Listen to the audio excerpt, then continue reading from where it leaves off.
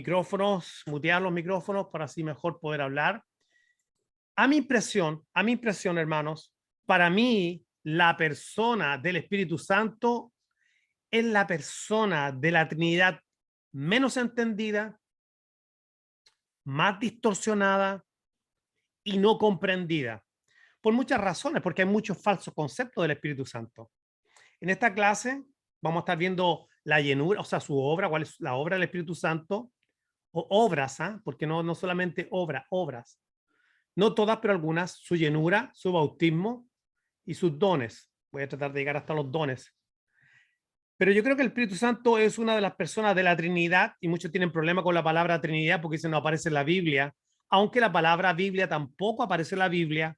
Solamente Pablo menciona en una ocasión, una de las cartas, tráeme los rollos, los libros, biblión, usa en griego, pero el concepto del libro, de Biblia, como lo que tenemos nosotros, no aparece en la Escritura y lo usamos sin ningún problema. Entonces la Trinidad es un técnico, es un término teológico para definir a Dios, ¿ok? Ahora, volviendo nuevamente a la persona del Espíritu Santo, el más mal entendido. ¿Por qué razón?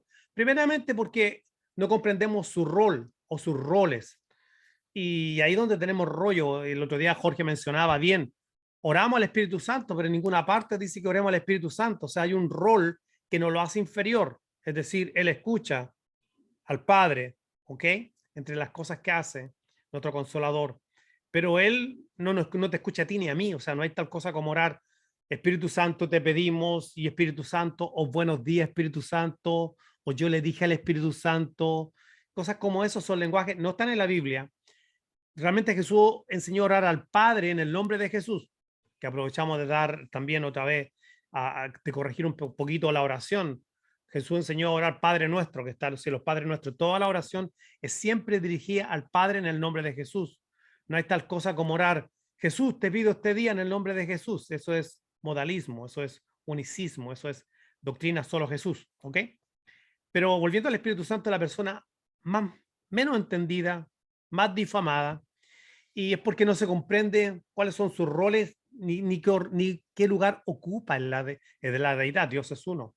Sin entrar al tema de la Trinidad, hay una versión de la Trinidad donde piensan que es como que Dios fuera, aquí está Dios, ¿verdad? Pero como que Dios fuera como un monstruo de tres cabezas, un Dios de tres cabezas, donde este es Dios y le sale una cabeza para allá, y entonces habla el Padre y al mismo tiempo sale otra cabeza para acá, y habla el Hijo y sale otra cabeza para acá, y habla el Espíritu Santo, y entonces eso como no solamente divide a Dios, pero lo distorsiona, y de pronto se puede caer en un extremo y llevar la doctrina de la Trinidad y desviarla y distorsionarla. Eso es, y por eso que no se entiende el rol del Espíritu Santo ni quién es. Hay otra forma de ver la Trinidad. No puedo entrar al Espíritu Santo sin explicar esto. Y esto se llama modalismo, modalismo o unicismo o lo solo Jesús. ¿Qué es lo que significa modalismo? De modo. Entonces, Dios una vez estuvo en modo de padre. Luego vino a la tierra y entonces pasó a modo de hijo. Y entonces se fue y ahora quedó en modo Espíritu Santo, pero en el fondo el Padre es el mismo Hijo, el Hijo el mismo Padre y el Espíritu Santo es el mismo Hijo, y en el fondo no son tres personas, sino que una sola que adopta diferentes formas, ¿verdad? Y eso es todo, y así como lo entienden los solo Jesús. A propósito, esta doctrina solo Jesús. Y los solo Jesús, para que ustedes sepan, son pentecostales. Los solo Jesús son pentecostales, unicistas, ¿ok? Tienen varios nombres a que uno los puede identificar. Cuando usted ve, por ejemplo, Iglesia Pentecostal del nombre, cuando ve ese apellido del nombre, usted sabe que son solo Jesús. También se les conoce como pentecostales apostólicos en algunos lugares, ya sabe que son solo Jesús. Entonces hoy día no vamos a entrar en el tema de los solo Jesús, pero estamos un poquito definiendo el Espíritu Santo y su rol. Vimos ya el primero, el segundo, cómo se entiende la Trinidad. La tercera manera como se entiende la deidad de Dios ya es el arrianismo de Arrio, arrianismo. Y eso fue la herejía que se combatió ahí en el 325 en el concilio de Nicea con Arrio, que estaba diciendo que, bueno, que Dios solamente era el Padre y que él creó a Jesús. Jesús es un ser creado y ese ser creado fue el que hizo simplemente toda la creación, o sea, a través de él. Entonces, Dios crea a Jesús y por medio de Jesús crea las otras cosas. Y yo hice una trampa porque ellos tenían su Biblia y entonces en Colosenses, sobre todo en el Nuevo Testamento, tenían como unos paréntesis donde ellos le ponían cosas, las otras cosas, por medio de él fueron creadas y ellos les ponían las otras cosas. Sacaron una nueva versión de la Biblia de ellos, entonces todas esas cosas que aparecían en paréntesis fueron eliminadas y realmente hicieron una traducción consecuente con lo que ellos creen, pero sigue siendo una distorsión de la palabra de Dios. Pero para que nadie le dijera, ustedes le agregaron a la Biblia porque ese paréntesis no está, pues se los quitaron, pero pusieron la traducción a la pinta de ellos como ellos quieren. Entonces, mira, fíjate, ¿y qué es el Espíritu Santo para esta postura arrianista? El Espíritu Santo no es más que la fuerza activa de Dios. Yo puse un bombillo, una ampolleta, bombillo le dicen acá, así que es como la energía de Dios, eso es. Es como la energía solamente de Dios, el Espíritu Santo. No es otra cosa que la energía de Dios. La vamos a poner con naranjas, como si fuera todo. Así, la energía de Dios. Eso simplemente es para esa otra posición. Entonces, nuevamente, no se entiende el Espíritu Santo. Y una cosa interesante, Jesús habló, cuando Él venga, lo que escuche, Él os hará saber, guiará. Entonces, escucha, habla, guía, se entristece, de acuerdo a Efesios, se contriñe. O sea, ya no es una energía, está teniendo características de una persona, ¿ok? Esa es la otra posición referente a la deidad y cómo se ve que el Espíritu Santo.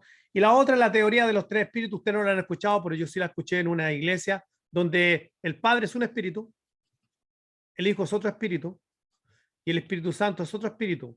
El problema con esta teoría es que convierte a Dios en tres dioses, porque ahí sí que los separó, ¿eh? Perdón, ahí sí que los separó en tres dioses aparte, que es la versión que tienen los mormones. No, porque lo tengo en caja, no alcancé a poner el verso, pero en el libro Mormón, ellos traducen así, dice una parte del libro Mormón, en el principio crearon los dioses, los cielos y la tierra. Entonces tienen esa idea politeísta de que Dios está dividido, que no hay unidad en Dios y que el Padre es un Dios, el Hijo es otro Dios y el Espíritu Santo otro Dios. Y eso que nos ha traído la última moda que hay hoy día, que el Espíritu Santo es mujer. Eso está hoy día, pero en las redes usted ponga el Espíritu Santo Dios es mujer y se va a encontrar con un montón de gente, especialmente de tendencia pentecostal. No quiere decir que los pentecostales crean eso, quiere decir que hay grupos del corte pentecostal que hoy día están afirmando que el Espíritu Santo es mujer. No lo traje hoy día. Pero yo pienso que la mejor manera de entender la Trinidad, hasta que entremos al Espíritu Santo, es entenderlo de esta manera. O sea, Dios es uno solo, Deuteronomio 6:4. Dios es uno solo. Cuando dice uno, es la misma palabra que se usa en Génesis cuando dice que el hombre y la mujer se unieron y fueron uno. Bueno, eran dos, pero eran uno. ¿Entiendes lo que quiero decir? Entonces, donde el Padre tiene un rol, el que planifica todo, ¿ves? Él planificó la redención. El Hijo la ejecutó. Y el Espíritu Santo lo que está haciendo ahora es la obra que vamos a ver ahora, convencer, santificar, ¿verdad? Y va a tener un final trabajo al final de los tiempos cuando transforme este cuerpo mortal y de humillación. Entonces, todos tienen, hay una sujeción. El Hijo está sujeto al Padre, pero el Hijo no es inferior al Padre. Y entonces ahí es donde nosotros no entendemos, ¿verdad? Lo que son los sometimientos. Y a lo mejor pudiéramos decirlo sin desviarme del tema, que cuando la Biblia habla de la sujeción de la mujer al hombre, quizás la Trinidad es un buen ejemplo de que sujetarse no te hace inferior porque el Hijo está sujeto al Padre y no es inferior al Padre, pero cumple un rol diferente. Oramos al Padre, aquí oramos, ¿ves? Oramos al Padre. La oración para dirigir al Padre en el nombre de Jesús. ¿Ok? Entonces eso más o menos quise dar como una pincelada, quise dar un toquecito a la Trinidad, porque hay tantas malas interpretaciones de la función del Espíritu Santo, porque, como dijimos, no se ha entendido quién es Él. Veamos un poquito su obra o sus obras. Aquí estamos. Bueno, creo que una de las, no es la única, pero es tan importante y es la inspiración de las Escrituras. Aquí estamos en las obras. ¿Ok? Inspiración de la Escritura. Lo que dice la segunda de Pedro capítulo 1, verso 21, dice lo siguiente: porque la profecía no ha venido, a propósito, nueva versión internacional, porque la profecía no ha tenido su origen en la voluntad humana. O sea, no fue una cuestión que a alguien se le ocurrió profetizar, momento, está hablando de las profecías que venían hablando del Mesías, pero si quisiéramos hablar de los tiempos actuales, esa cuestión no es que yo digo, bueno, ya, bueno, no sé, déjame tirarte una profecía. O sea, la profecía nunca tuvo o nunca descansó en la voluntad del hombre. Nunca, nunca, nunca, nunca, nunca. Y aquí está hablando de profecías que hablaban del Mesías, que fueron escritas, sino que los profetas hablaron de parte de Dios. O sea, hablaron de parte de Dios, pero no por su cuenta. No fue porque se le ocurrió. Impulsados por el Espíritu Santo. Y quiero que pongan atención ahí. La Reina Valera dice inspirados, pero creo que hablamos en otra clase que la palabra correcta es impulsado, ser movido, no inspirado, aunque la Reina Valera determinó traducirla inspirado, pero ahí es donde tenemos que revisar la Biblia en otros versos y otras versiones, porque la verdad que no hay hombres inspirados, lo que hay hombres que reciben la palabra que es inspirada, lo que es inspirada la escritura, y ellos reciben, fueron los medios por los cuales la escritura fue transmitida, pero no hay hombre inspirado, de ahí que se interpreta mal, o sea, humanamente se puede inspirar en una canción, te puedes inspirar en una poesía, te puedes inspirar humanamente en una obra de arte y hacer una obra de arte, pero cuando se trata de la palabra de Dios o de parte de Dios, cuando algo es de parte de Dios, no hay hombres inspirados en nada, solamente hubo hombres impulsados por el Espíritu Santo. ¿Y cómo lo sabemos? Porque la misma escritura lo dice. Mira, en segunda de Timoteo 3:16 nos aclara este concepto. Dice, toda la escritura es inspirada por Dios. No dice los hombres. No dice los hombres. No hay hombre inspirado. Lo que hay es la escritura. La escritura, toda la escritura es inspirada por Dios y es útil para enseñar, para corregir, redarguir, para instruir en justicia, a fin de que el hombre de Dios sea perfecto, enteramente preparado para toda buena obra. Entonces, la escritura inspirada y hace todo esto. Afecta a los hombres, al hombre de Dios, no a cualquiera, al hombre de Dios.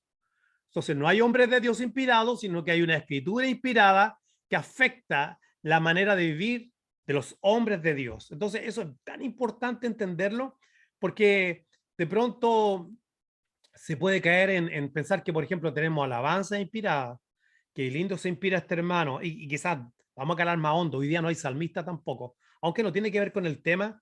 Salmistas son los que están en la Biblia, que fueron, digamos, movidos por Dios, impulsados por Dios para recibir esa palabra que estaba inspirada por Dios, pero hoy día no existen salmistas, aunque canten salmos, no existen salmistas, porque yo pudiera repetir, si yo repito una profecía bíblica, ¿me hace profeta? No, no me hace profeta. Entonces, es bien importante también entender esos conceptos, porque mira cómo se va distorsionando todo. Entonces, hay hombres inspirados. Entonces, si hay hombres inspirados y hoy día hombres se inspiran, entonces los cánticos que ellos escriben son salmos y por eso entonces se les conoce como salmista y van de iglesia en iglesia y salmista tanto. No existe tal cosa, hermano. Los salmistas están todos muertos y están arriba con el Señor esperando el cuerpo en la resurrección, ¿ok? Entonces, lo primero que tenemos dentro de las obras de él, muy importante, la inspiración de la escritura. La segunda cosa que vemos es convencer y regenerar. El único que convence es el Espíritu Santo y el único que regenera la vida es el Espíritu Santo, y la regeneración antecede la fe. O sea, primero te regenera y luego tú puedes creer, porque un muerto no puede creer. O sea, todos estamos muertos en delito y pecado y podemos tener una fe, pero estamos hablando de esta fe salvadora, de este don de Dios. Primero viene la regeneración. Tú necesitas un corazón nuevo y entonces viene esa fe de Dios. Pero el único que puede convencer es el Espíritu Santo de Dios. Una escritura preciosa, ahí en Tito, capítulo 3, verso 5, dice lo siguiente: nos salvó, no por obras de justicia que nosotros hubiéramos hecho, sino por su misericordia. Por eso nos salvó. Por el lavamiento nos lavó. Por la regeneración, ese es 2. La regeneración, 3. La renovación en el Espíritu Santo. Entonces, el Espíritu Santo, ¿qué hace en la conversión? Primero te convence y segundo, pues te lava, te regenera, te renueva. Todo eso en el Espíritu Santo. Es una obra preciosa. O sea, yo creo que el milagro más grande que hoy día nosotros podemos ver es a alguien nacer de nuevo. Y yo creo que el milagro más grande que hay. Tercera obra, estamos aquí. La tercera obra es sellarnos. Y este sello es importante, porque esta es la garantía de que somos de Dios. O sea, somos propiedad de Dios, le pertenecemos. Esta es la garantía de que somos salvos. Esta es la garantía de que el Espíritu nunca nos va a dejar. El Espíritu Santo nunca nos va a dejar. Mira, dice, en él, Efesios 1:13, en él también vosotros, habiendo oído la palabra de verdad del evangelio de vuestra salvación y habiendo creído en él, fuisteis sellados con el Espíritu Santo de la promesa. Entonces, nosotros recibimos el Espíritu Santo en el momento que nacimos de nuevo y somos sellados. No hay tal cosa, y dentro de los círculos pentecostales carismáticos se dice, ¿y por qué sé? Porque yo estuve en ellos, se hablaba o se habla actualmente, dice, ¿tú recibiste el Espíritu Santo? ¿Recibiste el Espíritu Santo? Pero usted recibió el Espíritu Santo. Entonces, esa pregunta no puede ser hecha a un creyente, porque si es creyente, de acuerdo a este verso, dice que fuimos sellados con el Espíritu Santo de la promesa cuando, habiendo oído la palabra de verdad, no cualquier palabra, la palabra de verdad, que no es otra cosa que el evangelio de nuestra salvación. Entonces, cuando oímos la palabra de verdad, el evangelio ese día, el evangelio de nuestra salvación, ese día y para siempre, fuimos nosotros sellados. Estamos sellados. Los creyentes estamos sellados para siempre. Lo tenemos para siempre. La gran promesa del Señor Jesucristo. ¿Ok? Entonces, qué linda. Mira, mira como lo que estamos viendo, las obras del Espíritu Santo. Y la cuarta obra del Espíritu Santo, que es muy importante, este sí que es importante. Cuando usted ve a alguien que no le da importancia a esto, ponga ojo. Cuando usted ve a un predicador, una iglesia que no toma en cuenta esto, póngale mucho cuidado, como dicen los colombianos por ahí. ¿Qué es la santificación del creyente? Es la obra actual del Espíritu Santo. Hay que entender la santificación como, primero, en dos partes. La primera, fuimos santificados o fuimos hechos santos, o sea, nos apartaron para Dios, 1 Corintios capítulo 1, pero también fuimos llamados a caminar en esta santificación, o sea, fuimos llamados a una santificación progresiva. Primera de Tesalonicenses capítulo 4 dice que la voluntad de Dios es nuestra santificación, que nos apartemos de fornicación, ¿ok? Entonces, hay una santificación progresiva en la cual el Espíritu Santo está trabajando diariamente, y lo vemos, por ejemplo, ahí en 2 Corintios capítulo, aquí estoy, 2 Corintios, capítulo 3, verso 18, aquí está. Por tanto, nosotros todos nosotros, pastores, no pastores, todos nosotros, mirando a cara descubierta como en un espejo, la gloria del Señor, somos transformados, mira cómo somos o estamos continuamente, somos transformados de gloria en la misma imagen como por el Espíritu del Señor. Así que el Espíritu del Señor está transformándonos de gloria en gloria. Dame un segundito. Ok, entonces hay una obra preciosa del Espíritu Santo, nos está santificando día a día. Día a día. ¿Cómo sabemos que nos está santificando? Porque es que estamos bien. Mira, que Él no esté santificando no quiere decir que usted tenga una vida perfecta. Quiere decir que día a día usted va descubriendo a través de la palabra de Dios áreas en su vida que necesitan mejorada, pero que usted se da cuenta que usted no puede. Usted no puede cambiarse. Yo no puedo cambiarme, pero el Espíritu Santo me capacita. ¿Y cómo lo hace? Bueno, lo hace a través de la palabra de Dios. Juan 17:17 dice, santifícalos en tu verdad, tu palabra es la verdad. Entonces, ¿en qué usa el Espíritu Santo para santificarnos? La palabra de Dios. Debe sentirse muy incómodo usted cuando escucha a un predicador que diga que no le gusta leer la Biblia. O cuando un creyente diga, por ejemplo, que no le gusta leer la Biblia porque se aburre. No, él prefiere que el Espíritu le hable. O sea, todo ese tipo de cosas. Te tiene que decir, wow, pero entonces este creyente está teniendo un problema con un área muy importante. ¿Cómo se va a santificar? ¿Cómo el Espíritu Santo va a santificar? Si la herramienta que el Espíritu Santo tiene para santificarnos su palabra. Por eso, a medida que más tiempo pasamos en la palabra de Dios bendita, a medida que más pasamos en la palabra del Señor, más nuestras vidas van siendo transformadas por el Espíritu Santo. Necesitamos estar continuamente en su palabra, y su palabra nos va a mostrar cuán corto estamos aún nosotros en Cristo, porque nosotros, hermanos, hemos sido libres del poder del pecado, pero no de su presencia, y nos damos cuenta, como dice Romanos capítulo 8, no, Romanos capítulo 7, que somos miserables, nos sentimos miserables. Nos sentimos cortos, pero el Espíritu Santo está haciendo una obra en nosotros. Entonces, es muy importante reconocer estas obras. Hay otras, por supuesto que sí, pero estas cuatro son bien importantes. Y me llama mucho la atención que comenzamos con la escritura. ¿Te fijan aquí? El Espíritu Santo. Y cuando terminamos con la escritura, Juan 17:17, que es lo que el Espíritu Santo usa para santificarnos. O sea, cuán importante es la escritura, cuán importante es la obra del Espíritu Santo en la escritura. ¿Ok? Entonces habíamos dicho, volvamos atrás, vimos su obra, vamos a ver la llenura. La llenura. Aquí hay bastante malentendido lo que es la llenura. Aquí lo que hay una distorsión muchas veces de lo que es la llenura. Mira cómo empieza Efesios capítulo 4, verso 5, del 19 al 20. ¿Ok? No, del 18 al 20. Mira, dice, no embriaguéis con vino en el cual hay disolución, desenfreno. Antes bien, sed llenos del Espíritu. Aunque no dice santo, obviamente se entiende que sí. Hablando entre vosotros con salmos, con himnos y cánticos espirituales, cantando y alabando al Señor en vuestros corazones, dándole siempre gracias por todo al Dios y Padre de nuestro Señor Jesucristo. Entonces, no os embriaguéis con vino. Qué interesante ver que, por ejemplo, mira, dice lo que no hay que hacer. Mira, aquí hay como una antítesis. No hagas esto, pero haz esto. ¿Ok? Este es el no. Este es el sí. En esto vemos que es al revés. Aquí no está hablando de lo que el Espíritu Santo hace directamente, sino más bien qué es lo que hacemos nosotros, cómo participamos en esta llenura. No embriaguéis con vino en el cual hay disolución, es desenfreno. ¿Por qué el apóstol Pablo, por dirección del Espíritu Santo, recibiendo esta palabra inspirada, haría el ejemplo entre embriagarse con vino en el cual hay desenfreno y el ser lleno del Espíritu Santo?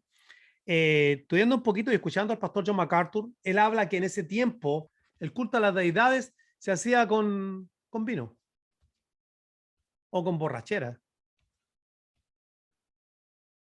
No, aquí me va a salir muy mal. Déjame quitar esto. Aquí nomás la vamos a poner con vino. ¿Ok? Listo, lo vamos a dejar ahí. Se hacía con borrachera realmente. Entonces, la gente rendía culto a los dioses, que no son dioses, que nosotros lo sabemos. ¿Y cómo lo hacía? Para entrar en contacto con ellos, bebían y bebían. Entonces, cuando estaban bien borrachos, entonces ellos sentían que ahora podían tener una comunicación con esos espíritus. Entonces, el apóstol Pablo está escribiendo ahí a los Efesios, y le dice, no se embriaguen con vino en el cual hay disolución. O sea, no se embriaguen con vino en el cual hay desenfreno, descontrol, no se descontrolen. ¿Ok? Que no parezca como que ustedes están sirviendo a los dioses falsos, eso lo digo yo. Antes bien, ser lleno del Espíritu Santo. El apóstol Pablo, ahí que escribiendo a los Corintios, en 1 Corintios 6:12, les dice, todas las cosas me son lícitas, mas no todas me convienen.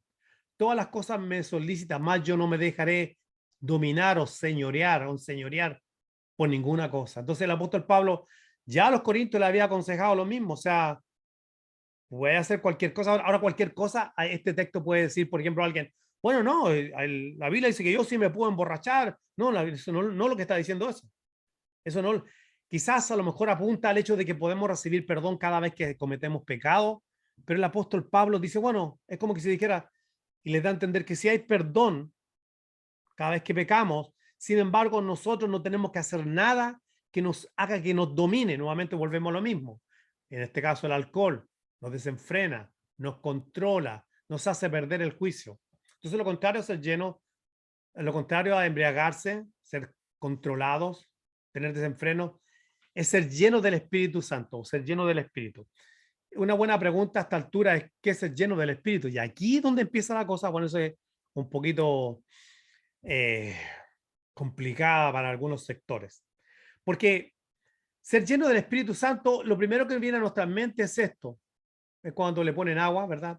A un vaso y lo llenan. Y aunque de alguna manera la palabra llenar tiene esas connotaciones, o sea, llenar un vaso, llenar un tiesto, llenar algo, eso es uno de los significados, no es el único. O sea, hay otros significados también. Y otro de los significados es que es como cuando, por ejemplo, el viento llena las velas de un barco de aire y lo impulsa y lo guía, ¿ok? Hay un llenar que es estático. Yo lleno un vaso estáticamente, no va a ninguna parte. Lo lleno de agua y queda ahí. Pero hay un llenar que te impulsa, que te dirige a alguna parte. Ese es el sentido de ser llenos. De hecho, por ejemplo, si la llenura del Espíritu Santo fuera que te pongas más agua al vaso, o sea, que te llenen más de Espíritu Santo, llénate más, llénate una gotita más, dame más de tu gota, dame más, lléname más de tu Espíritu Santo, que yo hasta la cabeza esté lleno como si fuera un líquido que domina mi vida. Habría un problema con la misma escritura, porque, por ejemplo, Juan 3:34 dice lo siguiente: porque el que Dios envió, las palabras de Dios habla, pues Dios nos da, mire esto, el Espíritu, voy a cambiar color para que sea mejor. Dios Dios nos da. ¿Qué cosa? El Espíritu, ¿por qué?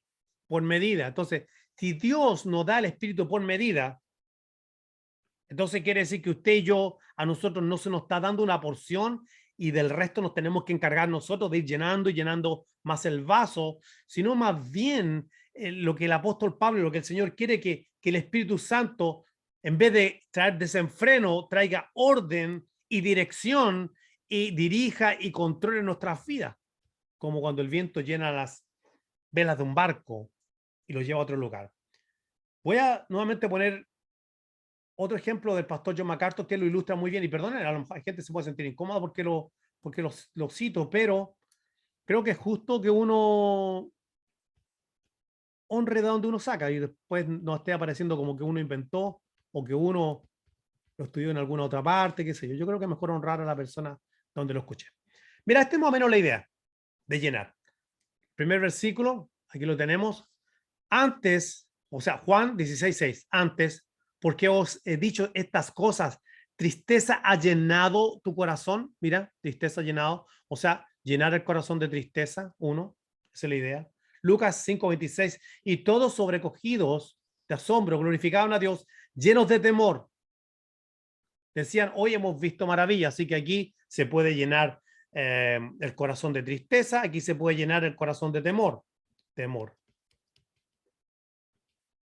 tristeza.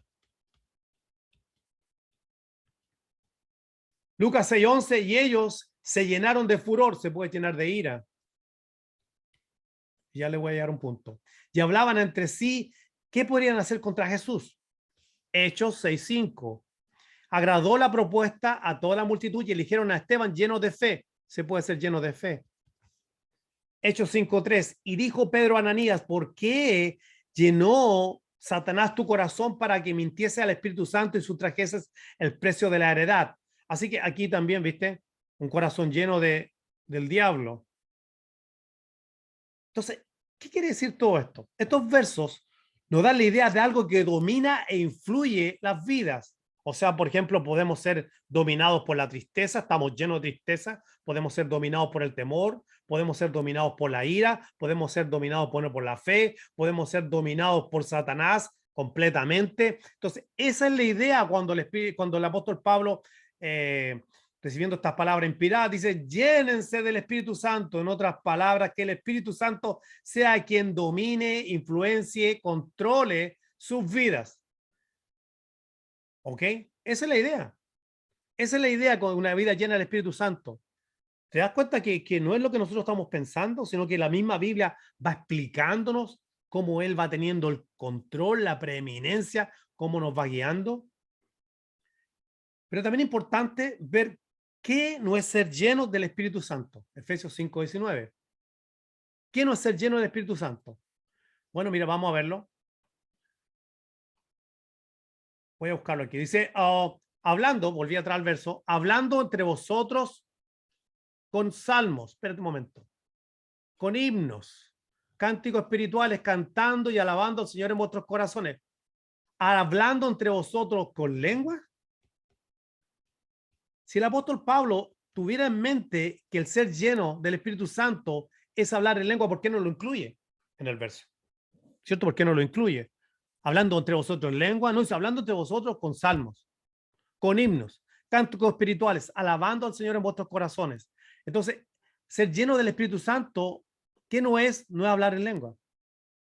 Eso no es ser lleno del Espíritu Santo. De hecho, en el libro de los Hechos, capítulo 2, verso del 4 al 13, vemos algo bien interesante sobre las lenguas. Y esto es importante considerar. Dice, fueron todos llenos del Espíritu Santo el día de Pentecostés y comenzaron a hablar en otras lenguas. Aquí lo tenemos.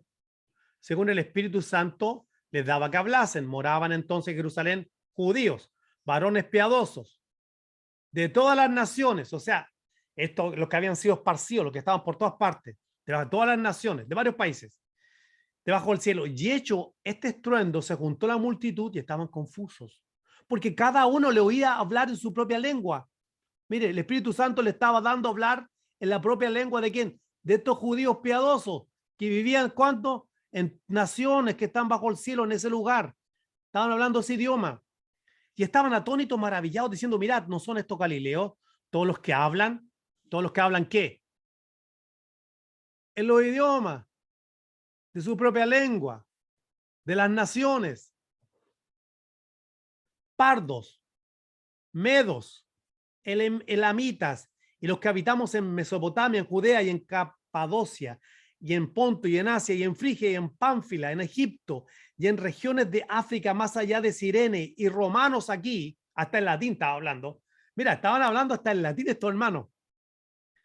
Residentes, tanto judíos como prosélitos, cretenses y árabes, les oímos hablar en nuestras lenguas. Fíjate que el hablar en lenguas era hablar en los idiomas. ¿Qué cosa hablaban? Las maravillas de Dios.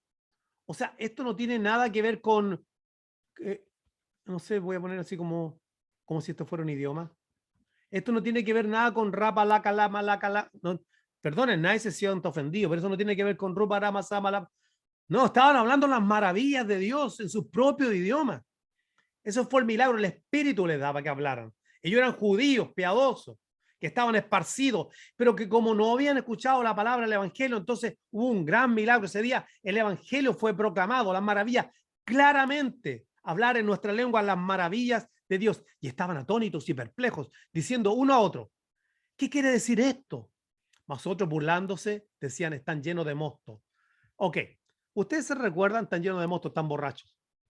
Ustedes se recuerdan que delante dije, cuando el apóstol Pablo dice, no se embriaguen con vino, en el cual hay desenfreno, disolución, porque obviamente mencioné, como enseña el pastor John MacArthur, que en esa época, para conectarse con las divinidades, los dioses, se emborrachaban, entonces se conectaban, cuando ya estaban borrachos entraban en trance, qué sé yo, según ellos. Entonces, por eso que ellos tienen esta idea, que a lo mejor estos están borrachos porque se están conectando de alguna manera con deidades, divinidades, con dioses que estaban en esa época. Entonces ellos estaban hablando de las maravillas, y esto es muy importante, maravillas, le entendían claramente las maravillas de Dios.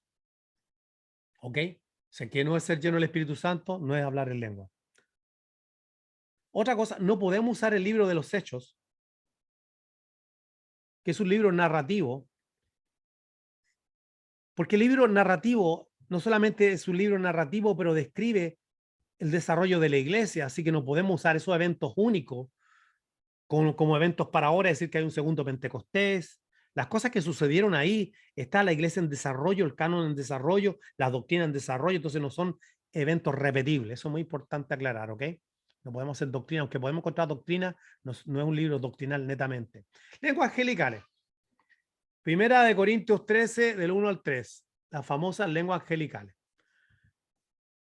Si yo hablase lenguas humanas y angélicas y no tengo amor, vengo a ser como metal que resuena o címbalo que retiñe. Y si tuviese profecía y entendiese todos los misterios y toda ciencia y tuviese toda la fe de tal manera que trasladase los montes y no tengo amor, nada soy. Aquí lo que hay una hipérbole.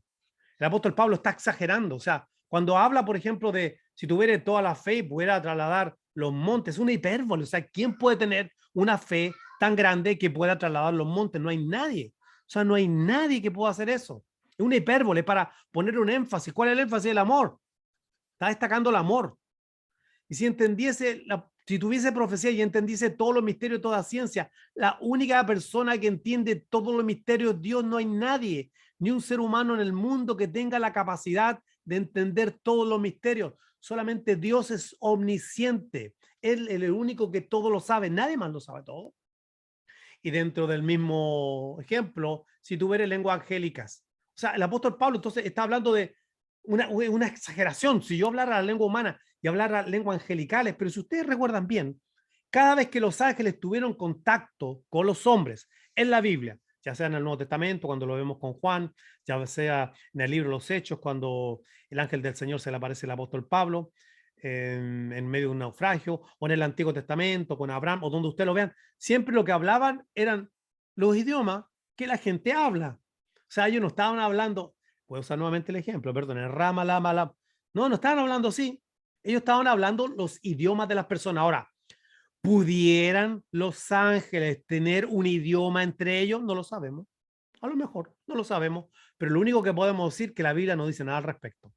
Y que las lenguas que ellos hablaron, los ángeles, las veces que intervinieron en la Biblia, hablaron el perfecto idioma de los seres humanos de la época en la cual ellos se encontraron. ¿Ok? Así que no podemos usar ese verso para decir, bueno, yo estoy hablando lenguas angelicales. ¿Ok? Entonces ya vimos que en el libro de los Hechos estas lenguas son idiomas y lo vamos a ver también ahora en Corintios. Este es como 1 Corintios 14, como uno de los capítulos más difíciles, porque como que parece que estuviera diciendo otra cosa, pero si ustedes leen lentamente y ponen atención, vamos a ver esto. Mira, 1 Corintios 14, déjame ver cuál es el verso. Estamos viendo del 1 al 19, tengan paciencia, pero es importante leerlo. Ahora pues, hermanos, si yo voy a vosotros hablando en lenguas,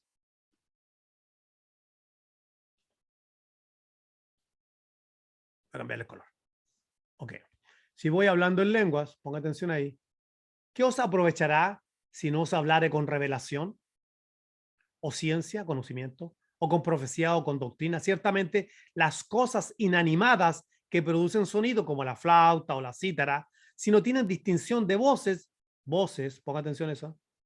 ¿Cómo se sabrá lo que se toca con la flauta o la cítara? Y si la trompeta tiene sonido incierto, ¿quién se preparará para la batalla? Así también vosotros. Si por la lengua no dieres palabra comprensible, o sea, si lo que está hablando nadie te lo entiende, ¿cómo se entenderá lo que decís? Porque hablaréis al aire, o sea, nadie te va a entender porque estar tirando palabras al aire. Ahora, mira ahora, mira esto es bien importante lo que viene ahora. Tantas clases de qué, de idiomas hay seguramente en el mundo.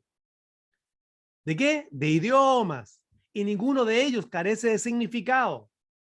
Pero si yo ignoro el valor de las palabras, obviamente, de los idiomas, ¿verdad?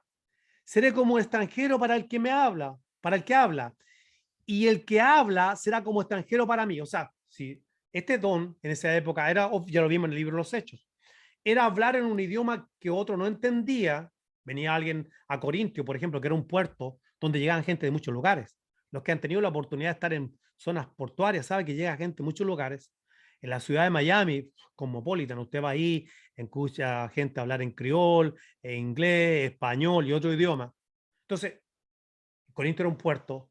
Entonces, seré como extranjero para el que me habla y el que habla será como extranjero para mí. Entonces, el propósito de este don especial era poder manifestar nuevamente las maravillas de Dios a aquellos que no habían sido alcanzados y que no entendían la palabra de Dios.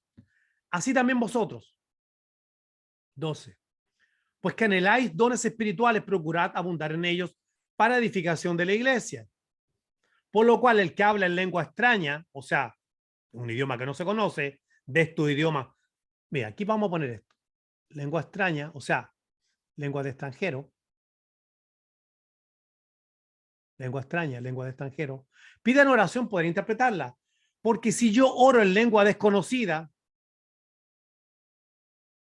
mi espíritu ora. Un momento aquí. Entonces, en estas manifestaciones de la época apostólica, como era Dios estaba manifestando y dando a conocer, lo hacía a través de que alguien o sea, alguien hablaba en un idioma o a través de la oración en un idioma para ser interpretado, podía estar solo orando y entonces Dios te daba, en ese tiempo estaba lo que era la revelación en progreso. Dice, mi espíritu ora, pero mi entendimiento queda sin fruto, claro, porque él estaba hablando en otro idioma, pero no entendía lo que estaba diciendo.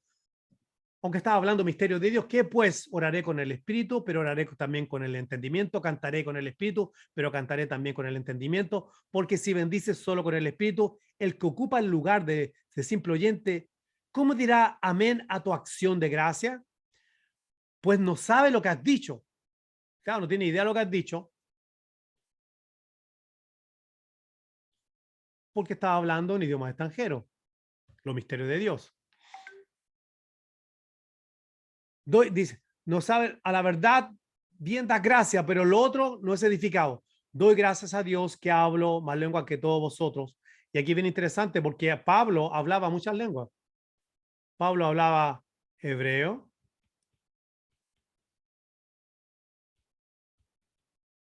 arameo, griego, latín. ¿Con qué cree usted que eran los diálogos cuando tenía con los romanos? Ah, y se cree que español. Hay que, piensa que español, porque él tenía pensado ir a España. Este último pudiera haber sido, no lo sabemos. Así que él hablaba más idiomas que todos los demás. ¿Ok? Doy gracias a Dios que hablo en lengua más que todos vosotros, pero en la iglesia prefiero hablar 5 palabras con entendimiento para enseñar también a otros que de 1000 palabras en lengua desconocida. ¿Se dan cuenta que estas lenguas desconocidas hasta el momento todo nos está dando la idea de que son idiomas extranjeros? ¿Ok?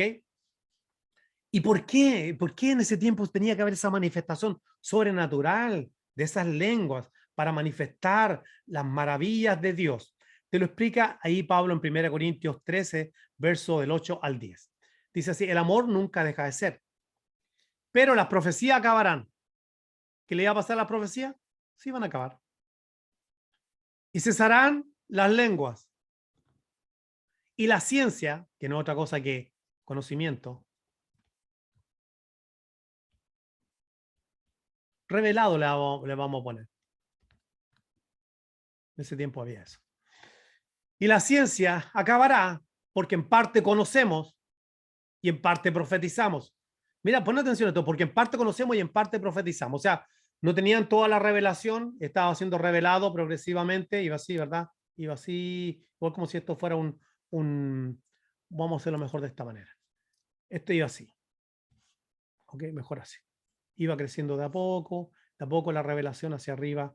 Entonces, en parte conocían, claro, el conocimiento, y en parte profetizaban, mas cuando venga lo perfecto, entonces lo que es en parte se acabará. ¿Y qué es lo que era en parte? Bueno, en parte se estaba profetizando, en parte se estaba hablando en lenguas, porque se estaban revelando los misterios de Dios, Dios estaba hablando sus maravillas, pero eso iba a cesar. ¿Cuándo iba a cesar? Cuando viniera lo perfecto, ¿verdad? ¿Y qué es lo que es lo perfecto? Cuando viniera el canon de la palabra de Dios. O sea, venida ya formado el canon de la Biblia, ya estos dones que fueron dados para edificación de la iglesia apostólica, donde se hablaba las maravillas de Dios, pues ya cesaron, ya no tienen necesidad. O sea, lo cual nos lleva a algo más. Si las profecías se iban a acabar, aquí matamos 2 pájaros de un tiro. Efesios 4:11, el mismo constituyó a unos apóstoles, a otros profetas, perdón, a otros pastores y maestros, uno solo. Estos no son 5, son 4. ¿Por qué? Porque primera de Timoteo, capítulo 3, dice que el obispo pastor debe ser apto para enseñar, así que ese pastor debe ser maestro. Pero entonces, si los profetas iban a acabar, entonces hoy día ya no hay profetas. Veamos lo mejor, partamos por apóstoles. Apóstoles, ¿cuál era la función de los apóstoles y profetas? Bueno, Efesios 2:20, edificado sobre el fundamento, pongan aquí atención, fundamento de los apóstoles, uno y profetas, siendo la principal piedra del ángulo Jesucristo mismo. Aquí todo recae sobre Jesucristo. Entonces, estábamos llamados a edificarnos sobre el fundamento puesto por los apóstoles y profetas, pero el fundamento es Jesucristo. Y en 1 Corintios capítulo 3, verso 11, el apóstol Pablo aclara esto, bien importante, cuando dice, pues, porque nadie puede poner otro fundamento del que está puesto, el cual es Jesucristo. Jesucristo es el fundamento y ya está puesto. Si Jesucristo es el fundamento y ya está puesto, y los apóstoles y profetas edificaron este fundamento sobre el cual todo el edificio descansa, entonces, si ya el fundamento ya está puesto, no se necesitan ni apóstoles ni profetas. Y yo vengo del movimiento carismático, así que yo he estado ahí, y yo he estado en todo estos rollos de apostolado, de profeta y todo esto, y lo digo con respeto, es simplemente, no trato de hacer burla ni nada, sino que vengo de ahí. Por eso estoy tratando de explicarle qué es lo que no es ser lleno del Espíritu Santo, qué es lo que son las confusiones que hay hoy día referente a los dones del hablar en lengua. Y esto está tan claro, hermano, es tan claro, son idiomas. Y hoy día lo que uno ve realmente son, no sé, no es el don de lengua. De hecho, ya lo vimos cuando dice el apóstol Pablo ahí en Corintios, voy a buscar la escritura, dice, hablando entre vosotros con salmos. Así que ahí ya está diciendo que ser llenos, antes ser lleno del Espíritu, del Espíritu, hablando entre vosotros con salmos, con himnos, con cánticos espirituales. En ninguna palabra él agrega lengua. Si lengua fuera parte de ser lleno del Espíritu Santo, entonces estaría incluido y no está en ninguna parte. El apóstol Pablo nunca lo puso como doctrina y no podemos usar el libro de los Hechos como un libro doctrinal porque es un libro narrativo. Ahora, pero ¿cómo ser lleno del Espíritu Santo? ¿Cuáles son sus evidencias? ¿Cómo sabemos cómo sabemos cuando alguien está lleno del Espíritu Santo? Mira, Efesios es muy parecido a Colosenses. Son cartas mellizas. Mira, Efesios 5, 19 al 20 lo vamos a leer. Hablando entre vosotros con salmos. Bueno, el 18, sean llenos del Espíritu Santo, hablando entre vosotros con salmos, con himnos, con cánticos espirituales, cantando y alabando al Señor en vuestros corazones, dando siempre gracias por todo al Dios y Padre en el nombre de nuestro Señor Jesucristo. Cuando uno lo compara con Colosenses, la palabra de Cristo abunde en abundancia en vosotros. La palabra, ahora es la palabra de Cristo. En el otro es sean llenos. Ahora aquí la palabra de Cristo. Enseñándonos y exhortándoos unos a otros con toda sabiduría, cantando con gracia. Mira, aquí viene el cantar. Cántico. Cantando con gracia en vuestros corazones. Mira, alabando a Dios en vuestros corazones. Ahí está. Con salmos. Aquí está. ¿Dónde está? Con salmos. Himnos. Aquí está. Himnos. Cánticos espirituales. Aquí está. Cánticos espirituales. Y todo lo que hacéis, sea de palabra o de hecho, hacerlo en el nombre del Señor Jesús, dando gracias al Padre por medio de él. Y todo dice, dando siempre gracias, nuevamente da gracias al Padre en el nombre del Señor Jesucristo. Así que, ¿cuáles son las evidencias de una vida llena del Espíritu Santo o cómo ser lleno del Espíritu Santo? Una vida llena, abundante de la palabra de Dios es una vida llena del Espíritu Santo. Y esa vida llena de la palabra de Dios va a producir en nosotros cánticos espirituales, alabanza, gratitud, acción de gracia al Padre. En ambos lugares los dice. Vamos a dar gracias por todo, bueno y malo. Un hombre lleno del Espíritu Santo, una mujer llena del Espíritu Santo da gracias por todo. Mira, dice aquí, dando gracias por todo, bueno y malo. Cuando alguien te dice, tú no puedes dar gracias a Dios por todo, porque hay cosas que son malas, tú te das cuenta que es una persona que tiene buenas intenciones, pero que no es bíblico. Entonces, cuando comparamos ser llenos con el Espíritu Santo y que la palabra abunde o more en abundancia, ser llenos, abundancia, entonces una vida llena del Espíritu Santo, una vida llena de la palabra. El Espíritu Santo siempre nos va a llevar a la palabra. ¿Se acuerda que en un momento lo vimos? Oh, creo que fue aquí. Cuando hablamos de la llenura, que el Espíritu Santo siempre va a volver a lo mismo, va a volver a llevarnos a la palabra, siempre, ¿verdad? ¿Viste? Empieza con la palabra, el Espíritu Santo inspiró la palabra, aquí está, y después termina la santificación del creyente, nuevamente usando Juan 17:17, nos santifica en la verdad, todo comienza y termina con la palabra de Dios. Honrar al Espíritu Santo, una persona que honra al Espíritu Santo, honra la palabra que él inspiró. Así que, ¿cómo yo me lleno? O sea, en otras palabras, ¿se recuerdan cuando hablé y les dije que ser lleno es como cuando el barco, el viento, más bien dicho, llena las velas y las impulsa de un barco para moverlo de dirección, no estáticamente como un vaso de agua, sino que te da dirección? Eso es lo que hace el Espíritu Santo con la palabra de Dios. Cuando está en abundancia, te lleva, te guía a cantar, a alabar. Cánticos, a propósito, son cánticos espirituales, no cantas cualquier cosa. Tienes pilas cuando tú ¿Qué es lo que estás cantando? Son cánticos espirituales. Una iglesia bíblica, por decirlo de alguna manera, no quiero usar una iglesia de sana doctrina, mejor quiero usar la palabra una iglesia bíblica. Se va a preocupar de que las letras de sus cánticos estén en línea, sean espirituales, estén en línea con la palabra y no estar cantando ahí bobería. Recuerdo que cantábamos una canción nosotros en la congregación hace como 8 años atrás en Miami y decía que el cielo se parta en dos. O sea, no, como que metieron esa frase en esta canción de este cantautor cristiano y que el cielo se parta en dos. Y un día me puse a pensar, dije, pero ¿cómo que el cielo se parte en dos? O sea, ¿qué estamos diciendo con lo que estamos cantando? No, deben ser cánticos espirituales que honren a Dios. Pero hay una evidencia muy sutil. Cuando uno sigue leyendo, estamos aquí en Efesios capítulo 5, verso 20, pero cuando uno va al siguiente verso, el verso 21, una vida, mira esta evidencia, llena del Espíritu Santo va a ser una vida sometida. Someteos unos a otros en el temor del Señor. Ahí se ve que una persona está llena del Espíritu Santo. Y empieza a hablar del matrimonio. Así que cuando un matrimonio tiene sometimiento en los roles que Dios le dio, es un matrimonio lleno del Espíritu Santo. Cuando la esposa está sometida al hombre, como él a Cristo, ese es un matrimonio lleno del Espíritu Santo. Cuando el hombre cuida a la esposa como Cristo cuida a la iglesia, ese es un varón, un esposo lleno del Espíritu Santo. Cuando la esposa se somete en amor a su esposo, es una esposa llena del Espíritu Santo. Y después en Efesios 6 habla de los hijos que deben someterse a los padres. Entonces, un hijo, un muchacho lleno del Espíritu Santo es un muchacho que camina en obediencia. O sea, te das cuenta que toda la distorsión que nosotros tenemos referente a ser lleno del Espíritu Santo lo hemos centrado solamente en hablar en lengua, solamente mirando en lengua y jamás hemos puesto la atención en la transformación que Él quiere hacer en nuestras vidas, el cambio de una vida de creyente, el cambio de una vida de cristiano. Solamente he tocado 3 puntos bien importantes. ¿Qué es ser lleno del Espíritu Santo? ¿Qué no ser lleno del Espíritu Santo? Y cómo ser lleno del Espíritu Santo es su evidencia. Así que yo les digo, tenemos un desafío.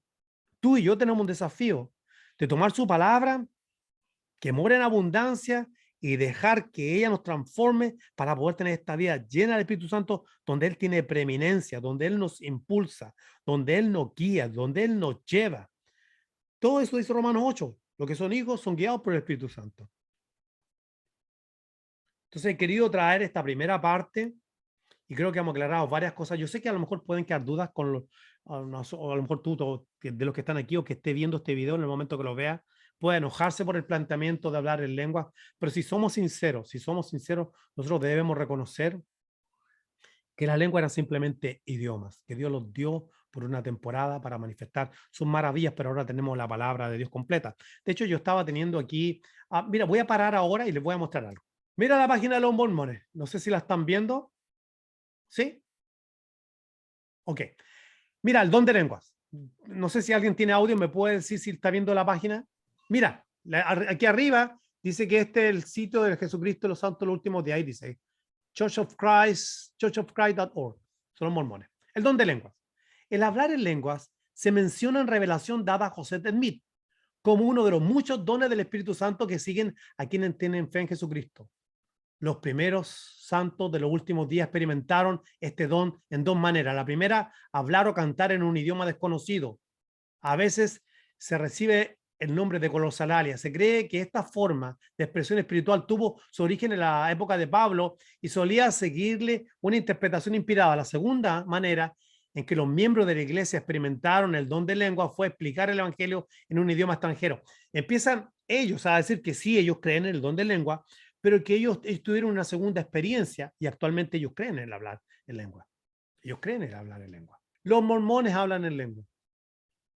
Los solo Jesús pentecostales unicistas hablan en lengua. Muchos pentecostales, la gran mayoría, hablan en lengua. No estoy difamando a los pentecostales, por favor.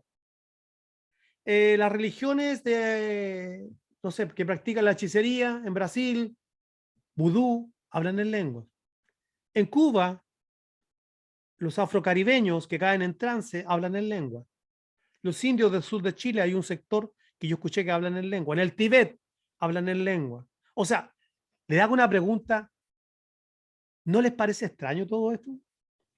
¿Cómo yo puedo saber que cuando alguien me dice rama, lama, lama, sima, lama, rama, lama, y en mormón, esa lengua es del diablo, pero el otro que está en la iglesia dice rama, rama, lama, siempre dice lo mismo, pero es así de angelical. O sea, yo no digo que las personas de pentecostales estén endemoniadas, ni mucho menos. No estoy diciendo eso porque yo hablé en lengua.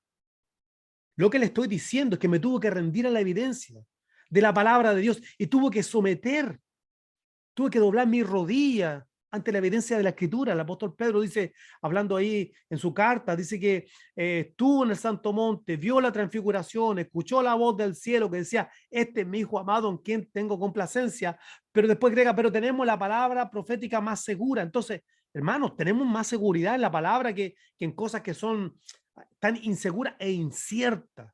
No, la palabra es más segura. La palabra es suficiente. Yo no necesito nada. A mí yo no quiero a alguien que me venga, así dice el Señor, o Dios me profetizó. No, yo salí de eso, hermano, y lo digo con toda honestidad, salí de eso y no estoy tirándole a nadie, pero me doy cuenta, hoy ahora me doy cuenta, lo errado que estuve. Y si puedo hacer algo por enmendar a través de una explicación bíblica, me siento feliz, me siento contento y doy gracias a Dios por su misericordia, por iluminar su palabra y ahora puedo entender y decir, bueno, estuve equivocado y ahora veo la luz, veo la verdad y bueno, estoy arrepentido de todos mis errores doctrinales y puedo, de aquí yo no salgo, de aquí yo me aferro. Esta postura se llama cesacionismo, la otra se llama continuismo. Estos dones eran para la época apostólica y ahora tenemos la palabra de Dios que es suficiente y eso es todo. Y póngale mucho ojo, hermano, porque la verdad que hoy día viene un tiempo de mucha confusión. Estamos en un tiempo de mucha confusión. ¿Cómo estás? Soy Andrés Neira, fundador del canal del Evangelio, donde aprendes y compartes, y también fundador de Soli Deo Gloria International, que es un ministerio de enseñanza. Si te interesan los temas de escatología, del arrebatamiento de la iglesia, qué es lo que es la gran tribulación, ¿qué es lo que es el anticristo? ¿Quién es? ¿Es una persona? ¿Es un sistema? ¿Qué es lo que es la batalla de Armagedón? ¿Hay un milenio literal? ¿Cuál es la diferencia entre Israel y la iglesia? Bueno, tenemos un curso diseñado de 7 lecciones donde tú también lo puedes tomar. Así que si tú quieres mayor información, tenemos una página en Patreon donde estamos bajo el nombre de Soli Deo Gloria International y apoyándonos tú puedes tener acceso a este curso de 7 lecciones. Como opción, tú también puedes participar en preguntas que te podemos mandar en formato digital a tu teléfono o simplemente en formato PDF para que tú las respondas después de cada lección. Y como una manera de incentivarte el estudio de la escatología y la profecía bíblica, tenemos nosotros un certificado para premiar tu esfuerzo en el estudio de la palabra del Señor. Lo único que tienes que hacer simplemente es visitar nuestra página en Patreon bajo el nombre de Soli Deo Gloria International. Aquí hay un enlace en la descripción del video donde tú puedes acceder directamente a nuestra página. Te damos gracias por el tiempo de haber visto este video y es nuestra oración de que tú puedas seguir creciendo en la gracia y el conocimiento de nuestro Señor Jesucristo. En el canal del Evangelio solo le damos la gloria a Dios, por eso decimos Soli Deo Gloria.